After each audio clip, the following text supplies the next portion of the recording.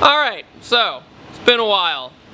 For a good reason. There's a lot to do to this car. So David here once again for a quick little video, and today we're going to be talking about the 240SX project that has been out of my hands for now. It's been at a shop called Evolve Tuning, and there's been a ton accomplished when it's been out of my hands. Basically guys, if I would have put the engine in myself, it would have been ruined. It would have leaked everywhere, there was pinched gaskets and so on and so forth, the rear man seal would have gone everywhere, and I would have probably just said, I hate this car, I don't ever want to work on it again. So instead I was referenced by a friend to come here in Atlanta, Georgia, and everything's been going fairly smoothly so far. So first things first, what was broken in the car? So in the car we had to replace the bushings, which required taking the subframe out. You had to torch those out and put new ones in, which sounds way easier than it is, but it's very time consuming and so on and so forth. Also, my tension rods were really bad, so give me a second. Yeah, these are not safe. Don't ever drive these.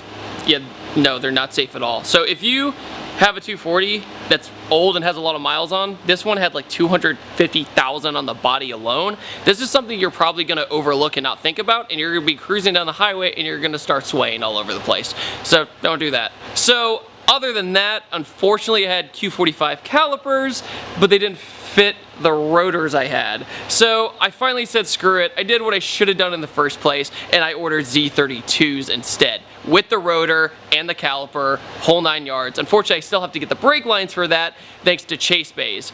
Now, speaking of Chase Bays, Chase from Chase Bays has been an amazing help on this build, and I can't really thank them enough.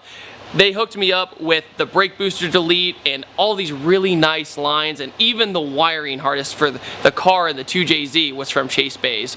It's really beautiful stuff, and it's really kind of small and very focused to look pretty, in other words, in the engine bay. Also, with those Z32 rotors, you have to cut this out. This thing, it's basically where the stock rotor just kind of sat there, and then my buddy Alan, who works here, just kind of went to town on this thing, but it worked. That's all that matters. Basically, to show you the difference, look at this. So this is the rotor of the stock caliper. We're still going to be using this in the back. This is a Z32 rotor. See the difference? This looks, yeah, that's not going to stop you like this will. Next is sticky sway bar, stuff like that, suspension. That stuff can pretty much go on whenever, it doesn't really matter. But Alan was also kind enough to paint the subframe. It looks so much better. You might remember it had this awful grease like caked on, like that thick. We had to take grease and a power washer and all this crazy stuff. And I came in and I looked at the subframe and I thought it was a brand new subframe, and I was completely wrong. And he did it with like basically rattle can. You just had to do it right. But it's basically the step down of like, you know, powder coating, but powder coating takes a lot more time and a lot more effort and everything else, and you're not gonna see it that much, so I don't really care. I think it looks great. Also, another thing that had to be done was a bigger fuel pump. It's now a Walboro 450, and the entire gas tank was cleaned out because it was really bad in there. Obviously, old car, gunk, gross stuff, and yeah, it's all clean now. Well, as clean as you can be. Along with that, with the 2JZ, in order to change the head gasket on it, because I wanted to do head gasket and ARP head studs on it, in case the head were to lift or something like that, when you tune it later for more boost with the built twins, the thing is you have to resurface the entire head to do that. So that was sent away and done, and now it looks awesome. Also, I totally forgot my USDM taillights back in Virginia, so my JDM taillights aren't gonna work anytime soon, because you have to use that harness to get those to work. So I think. I'm sure somebody in the comments below will know better than I do. But along with that, Status racing seats are being made as we speak. They're going to be grabber blue on the back, so those are going to be really nice. And big shout out to Agency Power out in Arizona who is doing the work. That's incredible work for them to do, and I can't wait to see them. Also, a really big thing is that the limited slip differential was installed in the pumpkin. The good thing about the Cause LSD, the 1.5 way, is that it fits in the pumpkin that the open diff was in, so you don't have to like do any kind of fab or anything like that, so that turns it into a limited slip differential compared to the dinky little open diff. As you see here, here's the original diff, And when people do the welded diff, they tend to take some of this stuff out right here and they pinch weld it essentially, and they hope for the best. But I wanted to do it the right way. I didn't want to be skipping all over parking lots and whatnot, so I got a Cause LSD. Oh yeah, also I forgot trim pieces back in Virginia too, so I don't have like the windshield wiper thing, and also the fuse box is gone. The ball joints are really bad. And that's actually a pretty hard thing to find for these cars, because some people said you could use center ones, and so we tried the center ones and they didn't fit, so we tried to squeeze them and they didn't fit either. So a lot of times you have to replace just the entire arm, but I'm trying not to do that.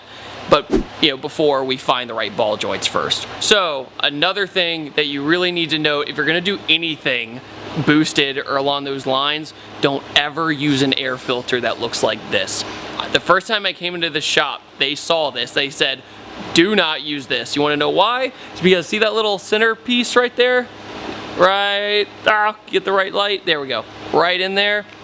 They separate. So it will come in, suck it, and then if you have a big fat turbo, it will destroy the blade. You can't really tell from here, but this thing is absolute trash now. So yeah, make sure to use a K&N and you know, put the sticker on your car and everything else, because that makes you cool. One more thing for the engine bay, a company called Dress Up Bolts I met at Richmond Cars and Coffee was super cool, and they sent me these awesome dress up bolts. Exactly what they sound like. It's really, really nice hardware, so hopefully we will take advantage of these as well. So I definitely recommend checking them out. It's really good quality stuff. The rest of the car is going to be a lot prettier than I ever intended. The engine bay is going to have some painted parts in it, kind of like how the coil pack cover was, and so on and so forth. So I think the entire car is going to flow and be more complete than it ever was going to be. And it's going to be a lot safer than it was going to be. Without Evolved and the guys here, my car would have been an absolute mess even if I were able to drive it. So I'm very thankful for their service, and I can't be happier with the progress so far.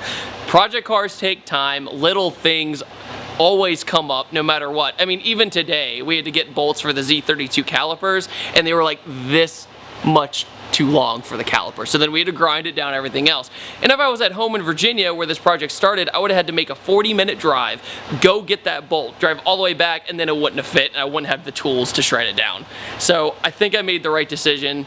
I'm around guys who really know what they're doing, and sometimes you have to set aside your pride and give it to somebody who's better than you. I totally admit it, and every time I come in here, there's something done. It's really incredible work, and I can't wait to get the ball rolling with these guys once again. So thank you so much for watching this quick little update. I know you guys have been asking forever of where it's been, what happened to it, and so on and so forth, but it's going well. It's going to be stock ECU when it first starts, and then maybe down the line we'll go standalone and turn up the twin turbos. So along with that, thank you so much for watching, and I will see you guys next time, and take it easy.